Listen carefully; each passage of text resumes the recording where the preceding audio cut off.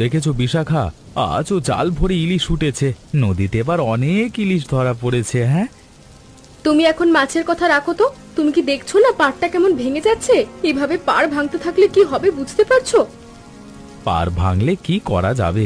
এটা নতুন কিছু না। প্রতি বছর বর্ষা শুরু হলে পাড় এমনই ভাঙে। বর্ষা শেষ হয়ে গেলে আবার সব ঠিক হয়ে যাবে। তোমার দেখছি কোনো চিন্তাই নেই। কাল যে জায়গায় দাঁড়িয়েছিলাম আজ সেটা আর জায়গা নেই। এইভাবে ভাঙতে থাকলে কয়েকদিনের মধ্যে তো আমাদের ঘরটাও ভেঙে পড়বে। ভয় পেও না, এত বছর ধরে এখানে আছি, কিছুই তো হয়নি। এ বছরও কিচ্ছু হবে না। আর নদী আমাদের বন্ধু, আমাদের সংসারের খরচ যোগায় এই নদী। নদীর পার ছেড়ে কোথায় যাব বলো? বন্ধু যখন শত্রুর মতো হানা দেবে তখন দুঃখের শেষ থাকবে না। সময় থাকতে আমাদের এই গ্রাম ছেড়ে যেতে হবে। কি বলছো তুমি? গ্রাম ছেড়ে যাব কোথায়? আরে এখানে তো রোজ জাল ভরে ইলিশ পাই। অন্য কোথাও গেলে কি করব? আরে অন্য জায়গায় গেলে না খেয়ে মরতে হবে। জাল ভরে ইলিশ ধরে কি হবে? মাছের দাম একেবারে সস্তা। এত মাছ কষ্ট করে ধরো কিন্তু কোনো লাভ হচ্ছে না। জেলেদের জীবনটাই এমন। মাছ ধরা হয় কিন্তু দাম পাওয়া যায় না। সরাসরি বাজারে মাছ নিয়ে গেলে তাও কিছুটা দাম পাওয়া যায়, কিন্তু আমরা তো মাছ বিক্রি করি মহাজনের কাছে। মহাজন বেশি দাম দিতে চায় না। সর্বনাশ হয়ে গেছে, আমার ঘরটা ভেঙে নদীর জলে ভেসে গেছে। এখন আমার কি হবে? এই দেবেশ দাদা, তুমি এসব কি বলছো? এবছর কি তাহলে আমাদের সত্যি সত্যি মানে গ্রাম ছাড়তে হবে? ঘরের জিনিস গুছিয়ে তোমরা সবাই নিরাপদ স্থানে চলে যাও, নইলে আমার মতো বিপদে পড়বে। আমি যাই, গ্রামের সবাইকে সতর্ক করে দিই। বিশাখা, তুমি ঘরের জিনিস গুছিয়ে রাখো, আমি মহাজনের কাছে মাছটা দিয়ে আসি। তোমাদের সবাইকে ডেকেছি একটা জরুরি কথা বলার জন্য। তোমরা তো দেখেছো নদীর অবস্থা দিন দিন খারাপ হচ্ছে। এই গ্রামে থাকা এখন নিরাপদ না। ঠিকই বলেছেন মহাজন। আজকে সকালে দেবেশ দাদার ঘরটা ভেঙে গেছে। আমাদের ঘরও যে কোনো সময় ভেঙে যেতে পারে। শুধু আমার ঘর না, আমার সব শেষ হয়ে গেছে। আমার যা ছিল এক মুহূর্তে নদী কেড়ে নিল। খালি আমার প্রাণটাই আছে। আমরা সবাই একই ভয় নিয়ে বেঁচে আছি। আজকে তোমার ঘর গেছে, কালকে আমাদের যাবে। এই অবস্থায় কি করব বুঝতে পারছি না। তাই তো তোমাদের জন্য একটা ব্যবস্থা করেছি। নদীর ওপারে সোনাদ্বীপ নামে একটা জায়গা আছে। জায়গাটা অনেক উঁচু, নিরাপদ। সেখানে তোমরা সবাই গিয়ে থাকতে পারো। জায়গাটা আমার লোকজন কেউ থাকে না। সত্যি বলছেন? সেখানে গেলে কি আমরা নিরাপদে থাকতে পারবো? নিশ্চয়ই পারবে। আমার নিজের একটা ঘরও আছে। মাঝে মাঝে আমি গিয়ে থাকি। ঘর বানাতে বাঁশ খড় যা লাগে আমি দেব। তাহলে তো ভালোই হলো, অন্তত মাথা কোচবা ঠাঁই পাবো। এত সহজে মহাজন সবাইকে থাকার জায়গা দেবে, এটা তো আমার বিশ্বাস হচ্ছে না। নিশ্চয়ই এর পেছনে কোনো কারণ আছে। মহাজন তো সুবিধার মানুষ না। তবে আমার একটা শর্ত আছে। আমার শর্ত রাজি হলেই তোমাদের থাকার জায়গা দেওয়া হবে। যা ভেবেছিলাম। কি শর্ত মহাজন? তোমরা তো সবাই জেলে। তোমাদের ধরা ইলিশ মাছ আগে যে দামে আমাকে দিতে, এখন থেকে একটু কম দামে দিতে হবে। কম দামে মানে কতটা কম? আগে 1 কিলো ইলিশ 100 করে দিতাম, এখন 50 করে দেব। এটা অন্যায়। আমরা এমনিতেই কম দামে মাছ বিক্রি করি। 50 করে দিলে আমরা বাঁচবো কিভাবে? তাহলে আর কি, তোমরা থাকো এই ভাঙনের মধ্যে। আমি তোমাদের থাকার ব্যবস্থা করতে পারবো না। দেবেশ দাদা, আমাদের তো এখন অন্য কোনো উপায় নেই। পরিবার নিয়ে কোথায় যাব? অন্তত একটা নিরাপদ জায়গা তো পাওয়া যাচ্ছে। আমরা রাজি হয়ে যাই। তোমরা বুঝতে পারছো না, আজ আমরা রাজি হলে কাল সে আরো কম দাম দেবে। একটা সময় মাছের দামই দেবে না, তখন কি করবে? কিন্তু এখন যদি না রাজি হই, তাহলে আজকে রাতেই হয়তো আমাদের ঘর থাকবে না। তখন কি করব? ঠিক আছে, সবার কথা ভেবে রাজি হলাম। তাহলে এই কথাই রইল, তোমরা আজই সোনাদ্বীপে রওনা হও।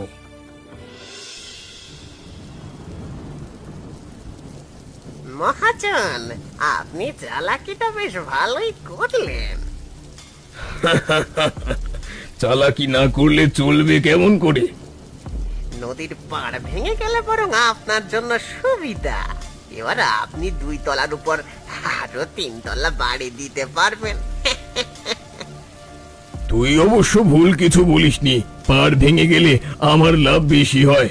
তবে 3 তলা বাড়ি এই নদী এলাকায় দিয়ে কোনো লাভ নেই। আমি শহর এলাকায় জমি কিনে বাড়ি করব। শহরের জমি কিনা তো আপনার জন্য কোনো বিষয় না, তবে আমার মাথায় একটা বিষয় ঠিক ঢুকছে না। আপনি জেলেদের হঠাৎ সোনা দ্বীপে পাঠিয়ে দিলেন কেন? জায়গাটা তো আপনার, ওরা যদি দখল করে নেয়। আমার জমি দখল করার সাহস কি কারোর আছে? দ্বীপে মানুষ পাঠিয়েছি কারণ কয়েক মাসের মধ্যে ওই জায়গায় ফসল আবাদি চাষ হয়ে দ্বীপের জমি উর্বর হবে, বসবাসের উপযোগী হয়ে উঠবে। শুকনোর সময় সবাই তার নিজের নিজ এলাকায় যখন ফিরে আসবে, আমি দ্বীপের জমি বেশি দামে বিক্রি করতে পারবো। আপনার মাথায় অনেক বুদ্ধি, বুঝলেন তো? জমির দামও পাবেন, আবার সস্তায় ইলিশ কিনে বেশি দামে বিক্রি করতে পারবেন। বুদ্ধি না থাকলে কি আর এত কিছু করতে পারতাম? কানাই, বাড়ি চল, আজকে জমিয়ে মাংস খিচুড়ি খাবো।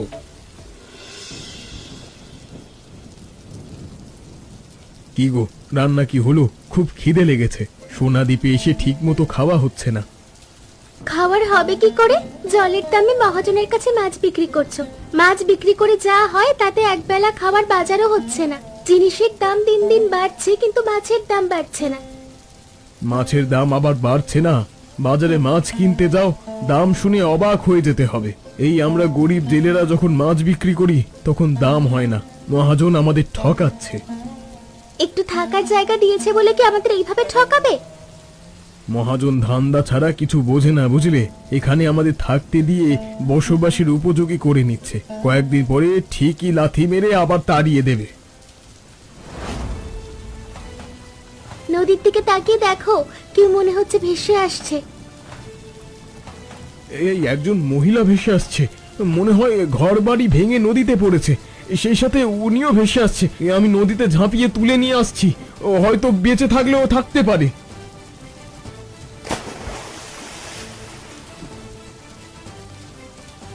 কি মনে হচ্ছে, বেঁচে আছে কি? নিঃশ্বাস নিচ্ছে, বেঁচে আছে। এই তো চোখ খুলছে। কে তুমি?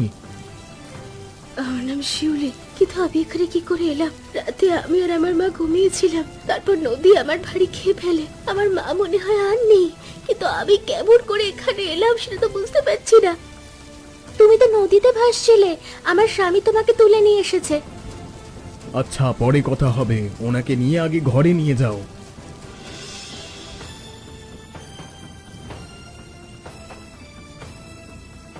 আবার সেই ঝড়। এই দ্বীপেও মনে হয় বসবাস করা যাবে না। আমার মনে হয় এই দ্বীপের পাড় ভাঙবে না। দ্বীপের চারিদিক শক্ত বাঁধ দেওয়া, তাই এখানে নিরাপদে থাকা যাবে। এমন জায়গার সন্ধান যদি আমরা আগে পেতাম তাহলে মাকে নিয়ে এখানেই চলে আসতাম। তোমার দুঃখের কথা শুনে খুবই কষ্ট হচ্ছে বোন, কিন্তু কি আর করার, কপালে যা ছিল সেটা মেনে নেওয়া ছাড়া আর উপায় নেই। ঝড় বৃষ্টি দেখে আরো ঝরে হচ্ছে। এদিকে তোমার দাদারও তো কোনো খোঁজ নেই। সেই সকালে মাছ ধরতে নদীতে গিয়েছিল, এখনো খোঁজ নেই। তাই তো কদিন হলো এখানে এসেছি, কিন্তু দাদাকে তো দেরি করে বাড়ি ফিরতে কখনো দেখিনি। কোনো বিপদে পড়েনি তো? দাদার জন্য খুব খারাপ লাগছে। কি হয়েছে? তুমি এমন হাঁপাতে হাঁপাতে দৌড়ে এলে কেন? কোনো বিপদ হয়নি তো? তোমার দেবেশ দাদা ঠিক আছে তো? বৌদি, আমি তো দাদার খোঁজে এসেছি। বড় বিপদ আমাদের। আমরা এখন কি করব? কি হয়েছে? মহাজন জায়গা ছেড়ে দিতে বলেছে। এই সোনার দ্বীপ নাকি বিক্রি করে দিয়েছে। 2 দিন সময় দিয়েছে, তার মধ্যে আমাদের এই জায়গা ছেড়ে চলে যেতে হবে। কি বলছো তুমি এসব? এখন আমরা যাব কোথায়? আমাদের তো যাওয়ারও কোনো জায়গা নেই। বৌদি, ও পাশে আমাদের সবাই ঘর ভেঙে নদীর সাথে মিশে গিয়েছে। আমাদের যাওয়ার কোনো জায়গা নেই। দাদা থাকলে আলোচনা করতাম। আমি তাহলে এখন পুলক দাদার কাছে যাই। দেবেশ দাদা ঘরে ফিরলে আমার সাথে দেখা করতে বলো। বুঝতে পারছি, সামনে আমাদের বড় বিপদ। সব বিপদ গরিব মানুষদের হয়। উপরওয়ালা, তুমি আমাদের রক্ষা করো। তুমি আমাদের বিপদ থেকে মুক্তি দাও।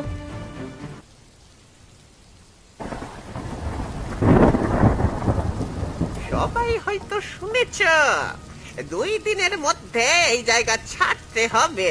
তোমরা কোথায় যাবে সেটা আমরা বলতে পারবো না। হঠাৎ করে আমরা যাব কোথায়? দুদিনের মধ্যে জায়গা ছাড়া সম্ভব নয়। দেখো, এই সোনা দ্বীপ বিক্রি হয়ে গেছে। দ্বীপের মালিক এখন মহাজন নয়। আমাদের সাথে মহাজন বেইমানি করলো। গরিব অসহায় বলে আমাদের সঙ্গে যা খুশি তাই করা যায় না। আমরা দুদিনের মধ্যে কোথাও যেতে পারবো না। দেখি মহাজন কি করতে পারে। বেশি বাড়াবাড়ি হয়ে যাচ্ছে। এত বাড়াবাড়ি মহাজন পছন্দ করে না। 2 দিনের মধ্যে জায়গা ত্যাগ না করলে এখানে যতগুলো বাড়িঘর তৈরি হয়েছে সব ভেঙে দেওয়া হবে। আমি তো বলছি এই জায়গা মহাজন বিক্রি করে দিয়েছে, তারপর আমার কথা কানে যাচ্ছে না। হ্যাঁ, আচ্ছা, আমরা চলে যাব, তবে আর কয়েকটা দিন আমাদের সময় দিতে হবে। একটা সপ্তাহ সময় দিলে ভালো হতো। সেটা হয়তো সম্ভব না, তারপরও আমি মহাজনকে বলে দেখবো কি করা যায়। আমি এখন গেলাম। হ্যাঁ, কাল আবার আসবো। এখন কি হবে আমাদের? ভেবেছিলাম 3টা মাস আমরা এখানে থাকতে পারবো, কিন্তু মহাজন আমাদের কয়েকদিন থাকতে দিয়েই তাড়িয়ে দিচ্ছে। এই তো দেবেশ দাদা চলে এসেছে। দাদা, তুমি সব শুনেছো তো? আমাদের জায়গা ছাড়তে হবে। বাড়ি এসে মেঘার কাছে এসে সব শুনলাম। জানতাম মহাজন আমাদের থাকতে দেবে না, বেশি দামে এই জায়গা বিক্রি করে তাড়িয়ে দেবে। আমার কথা ঠিক হলো। সবাই শোনো, আমরা এই জায়গা ছেড়ে কোথাও যাব না। আর কাল থেকে মাছ মহাজনকে দেব না। বাজারে প্রতি কিলো মাছ 400 টাকা করে। সবাই বাজারে মাছ বিক্রি করে নিয়ে যাব। তুমি যা বলবে এখন থেকে তাই হবে, আর আমরা তাই করব। আমাদের মধ্যে বয়সে তুমি বড়, তাই তোমার কথা মতো আমাদের চলা উচিত। একদম ঠিক, দেবেশ দাদার কথা মতো আমরা চলবো। আজকে অনেক মাছ হয়েছে, আজকের মতো থাক। কালকে এসে আবার জাল ফেলবো। বাজারে বিক্রি করলে অনেক টাকা হবে। আপনি একা? আর সবাই কোথায়? সবাই বাজারে মাছ নিয়ে গেছে, আমিও যাব। তবে মহাজন আমাদের ছাড়বে বলে মনে হয় না। রোজ নদীর ওপারে মাছ আমাদের নিয়ে যাওয়ার কথা, আমরা সেটাই করি। কিন্তু আজকে থেকে মহাজনের কাছে মাছ বিক্রি করব না। সব এলাকায় একজন করে মহাজন আছে, আর সেই গরিব মানুষদের শোষণ করে। আমাদের এলাকায় তো আরো খারাপ অবস্থা ছিল। জলে ভেসে না আসলে হয়তো বয়স্ক বিমল মহাজনকে আমার বিয়ে করতে হতো। বয়স হলেও আপনার বিয়েতে রাজি হওয়া উচিত ছিল। বিমল মহাজনের 2 বউ আছে। ওনার ছেলে মেয়ে আমার চেয়ে বয়সে বেশি বড়। তারপরও আমাকে বিয়ে করার জন্য মায়ের কাছে প্রস্তাব দিয়েছিল। মা তো খুব রেগে গিয়েছিল। প্রস্তাব ফিরিয়ে দেওয়ার পর আমার পিছনে আঠার মতো লেগে থাকতো। জল ভেসে না আসলে আমাকে এক প্রকার জোর করে বিয়ে করতো। মহাজন যারা হয় তারা সব জায়গায় খারাপ। মাঝে মাঝে মনে হয় জল ভেসে এসে ভালোই হয়েছে, কিন্তু মার কথা মনে পড়লে বুকের মধ্যে কেমন যেন করে। এই পৃথিবীতে মা ছাড়া আমার কেউ ছিল না। আচ্ছা, আপনার কেউ নেই? আমারও কেউ নেই। আমার জন্মের 2 বছর পর মা মারা যায়। তারপর আমার বয়স যখন 10 বছর, তখন বাবা নদীতে মাছ ধরে এসে আর বাড়ি ফিরে যায়নি। 10 বছর বয়স থেকে মাছ ধরে জীবিকা নির্বাহ করি, কিন্তু মাছের সঠিক দাম কখনো পাইনি। আপনার জীবন কাহিনী অনেক কষ্টের। সব কষ্ট মনে হয় গরিবের। ঠিক বলেছেন। এখন আবার মাথায় অন্য চিন্তা। জায়গা ছাড়তে হবে। ওপাশে আমাদের ঘর বাড়ি সব ভেঙে নদীর সাথে মিশে গেছে। আমার মনে হয় দেরি হয়ে যাচ্ছে। আপনি মাছ নিয়ে বাজারে চলে যান। দেরি হয়ে গেলে মাছ হয়তো বিক্রি হবে না। হ্যাঁ, যাব। এখানে জেলেরা রোজ মাছ নিয়ে আসে, আজকে একজনও আসেনি। মাছ কি আজকে হয়নি, নাকি আমার কাছে আর মাছ বিক্রি করবে না? মহাজন বাড়ি চলেন। আজকে কেউ আপনার কাছে মাছ নিয়ে আসবে না। সবাই বাজারে মাছ বিক্রি করতে নিয়ে গেছে। কি বললি তুই? সবাই মাছ বাজারে নিয়ে গেছে? এত বড় সাহস হয় কি করে? আমাকে টপকে মাছ বাজারে নিয়ে গেছে। এখনই আমি যাব, চল আমার সাথে। ওদের তো কালকের মধ্যে সোনাদ্বীপ ছাড়ার কথা বলা হয়েছে। ওরা যাবে কোথায়? কিছুদিনের জন্য এই সময় চাইছে। তুই কি পাগল হয়ে গেছিস? কোনোভাবে সময় দেওয়া যাবে না। বেশি দামে সোনাদ্বীপ বিক্রি করে দেব। বিক্রি প্রায় ঠিক হয়ে গেছে। যে কিনবে সে জায়গা খালি করতে বলেছে। নদীর মাঝে একটা দ্বীপের এত গুরুত্ব কেন, সেটা বাপু বুঝলাম না। তোর এত বোঝার দরকার নেই। যাদের টাকা আছে তারা বুঝলেই হবে। তোকে একটা কথা বলি, ওরা যদি জায়গা ছাড়তে না চায় তাহলে তুই ওদের বাড়ি ঘর ভেঙে দিবি। দেখবি ওরা ঠিক চলে যাবে। আমি সেটাই বলে এসেছি। তবে দেবেশ লোকটা খুব তেড়া। মনে হয় না সহজে জায়গা ছেড়ে যাবে। আমার নাম হরিপদ মহাজন। জায়গা না চাইলে কি করতে পারি ওরা কল্পনাও করতে পারবে না। তবে এখন সোনাদ্বীপে যেতে পারবো না। এখন আমার একটা কাজ আছে, যার কাছে সোনাদ্বীপ বিক্রি করব সেই লোক দেখা করতে বলেছে, কিছু টাকা আগাম দেবে। তুইও আমার সাথে যেতে পারিস। আচ্ছা চলুন।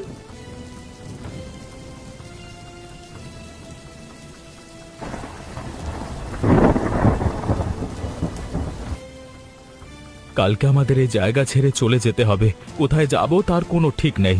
জায়গাটা খুব নিরাপদ ছিল। এমন জায়গায় যদি আমরা থাকতে পারতাম তাহলে খুবই ভালো হতো। আমরা কোথাও যাব না, দেখি মহাজন কাল এসে কি করতে পারে। এই জায়গা তো ওনার কেনা জায়গা, আমরা জোর করেও তো থাকতে পারি না। আমার মনে হয় না এটা ওনার জায়গা। নদীর মাঝখানে আবার কেউ জমি কেনে? এটা একটা চর, চর উনি দখল করে আছে। তাহলে আমরা কোথাও যাব না, এখানে থেকে যাব। আচ্ছা সবাই আছে, শিউলি নাই কেন? ঝড় বৃষ্টির রাতে সবাই এক জায়গায় থাকা ভালো। শিউলি তো এখানে আসলো না, বললো ওর মাথা ব্যথা করছে তাই শুয়ে আছে। আমি একটা কথা বলতে চাই, শিউলি মেয়েটা কয়েকদিন ধরে আমাদের সাথে আছে। মেয়েটা বেশ ভালো। ওর সাথে আমাদের সুদীপের বিয়ে হলে কেমন হয়? সুদীপ একা মানুষ, সারা জীবন তো একা থাকতে পারবে না। আমারও মনে মনে এটাই ইচ্ছে ছিল, মনে হয় না খারাপ হবে। খুবই ভালো হয়। সুদীপ, তোমার কি মত? তুমি রাজি থাকলে আমরা 2-1 দিনের মধ্যে বিয়ের আয়োজন করব। তোমরা আমার বয়সে বড়, আমার ভালোই চাও, কিন্তু 2 দিন পর আমাদের মাথা গোঁজা ঠাঁই থাকবে না, তখন কি হবে? আমরাও যেভাবে থাকবো ওকেও আমরা সেভাবেই রাখবো। এখন বলো তুমি রাজি আছো কিনা? তোমরা যেটা ভালো মনে করো সেটাই হবে, আমি রাজি আছি। তাহলে আর কি, কাল থেকেই বিয়ের আয়োজন শুরু হবে। আমি আর পুলক কাল বিয়ের শাড়ি, নাকফুল আর সুদীপের জন্য পাঞ্জাবি কিনে নিয়ে আসবো। আমার নিজের কেউ নেই, কিন্তু কিন্তু তোমরা আমার নিজের লোকের চেয়ে অনেক কিছু। আমরাও তোকে নিজের ছোট ভাই মনে করি। আচ্ছা আচ্ছা আচ্ছা, এই বিয়েতে শিউলির মত আছে তো? আমার মনে হয় ওর কাছে একবার জিজ্ঞেস করে নেওয়া উচিত। আমি ওর কাছে জিজ্ঞাসা না করে কি আছি? ও রাজি আছে। খুবই ভালো কথা।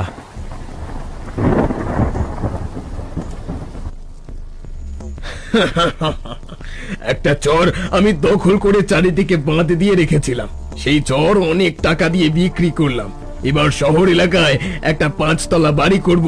দেশের সেরা ধনীদের মধ্যে একজন হতে চাই। তুই এত রাতে আমার ঘরে, এটা কিন্তু আমি পছন্দ করলাম না। কেন এসেছিস বল? মহাজন, বিপদ হয়ে গেছে। নদীর বাঁধ ভেঙে একেবারে আপনার বাড়ির পিছনে জল এসেছে। যে কোনো সময় আপনার এই 2 তলা বাড়ি ভেঙে যেতে পারে। বাড়ির সবাইকে নিয়ে নিরাপদ স্থানে চলুন। তোর কি মাথা খারাপ হয়ে গেছে? তুই জানিস এই বাড়ি কত খরচ করে বানানো হয়েছে? নদী আমার বাড়ির কিছু করতে পারবে না। তুই এত ভয় পাস না।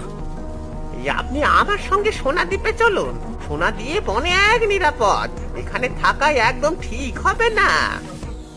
তোকে না বললাম কিছু হবে না। এখন কি হবে? তাড়াতাড়ি চলুন। আমার কথা তো আপনি বিশ্বাস করলেন না। সর্বনাশী নদী সব শেষ করে দিতে পারে। কানাই!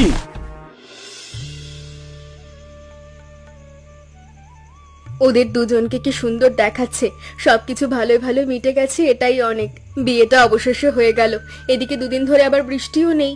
সব মিলে ভালোই একটা পরিবেশ বিয়ে হলো। তবে একটা বিষয় মনে খুব খারাপ লাগছে। যদি উনি আমাদের সাথে অন্যায় করেছিল, মহাজন এইভাবে শেষ হয়ে যাবে এটা আমরা কেউ ভাবতে পারিনি। সর্বনাশী নদী কাউকে ছাড়ে না। নদীর মাছ ধরে আমরা বেঁচে আছি, আবার এই নদী আমাদের শেষ করে দেয়। মহাজনের বাড়িতে যারা ছিল কেউ বেঁচে নেই। ভেবেছিল 2-3 তলা বাড়ি কখনো ভেঙে পড়বে না। এবার যেন বেশি ক্ষয়ক্ষতি হচ্ছে। এত বছর জীবনে এত ক্ষয়ক্ষতি হতে দেখিনি। আমার মাথার মধ্যে আবার একটা চিন্তা ঘুরপাক খাচ্ছে। জায়গা তো বিক্রি হয়ে গেছে, তাহলে এই জায়গায় যিনি মালিক তিনি তো দখল করতে আসতে পারেন। না, বিক্রি হয়নি। তবে যার কাছ থেকে বিক্রি করার কথা তার কাছ থেকে কিছু টাকা আগাম নিয়েছিল। এই জমি বিক্রির কোনো প্রমাণ নেই। তাহলে আমরা এখানে থাকতে পারি। যতদিন এই দ্বীপ তলিয়ে না যায় ততদিন এটা আমাদের আশ্রয় স্থান। আচ্ছা, বিয়ে হলো, গল্প হলো, এবার আমার খাওয়া দাওয়ার পালা। একদম একদম। আজকে বেশ ভালো দামে মাছ বিক্রি করেছি। আজকে থেকে বাজার প্রতি কিলো ইলিশ মাছ 450 টাকা করে নির্ধারণ করা হয়েছে। তাহলে তো খুবই ভালো। মাছের দাম অনেক, কিন্তু ছেলেরা যখন বিক্রি করতে যায় তখন দাম পায় না। কি করে দাম হবে বলো? সব মহাজনদের মতো মানুষ জেলেদের জীবন নিয়ন্ত্রণ করে, তাদের কথার এদিক ওদিক তো হওয়ার মতো না। আমাদের ভাগ্য ভালো, স্বাধীনভাবে বাঁচতে পারছি, এতকাল তো পরাধীন হয়েছিলাম। উপরওয়ালা যা করে ভালোর জন্য করে। এই দেখো আমার জীবনটা কোথা থেকে কোথায় এসে পড়েছে। কোনোদিন কল্পনাও করতে পারিনি তোমার মতো একজন ভালো মানুষের সাথে আমার বিয়ে হবে। তাছাড়া পুলক দাদা, দেবেশ দাদারাও খুব ভালো মানুষ। একদম আমার নিজের দাদার মতো, ওনাদের মতো মানুষ দাদা হিসেবে আমাদের পাশে আছে, এর চেয়ে আর ভালো কি হতে পারে? তাছাড়া তুমিও খুব ভালো মানুষ। সোনার দ্বীপের সবাই মিলেমিশে যেন সারা জীবন থাকতে পারি। হ্যাঁ, নিশ্চয়ই পারবো।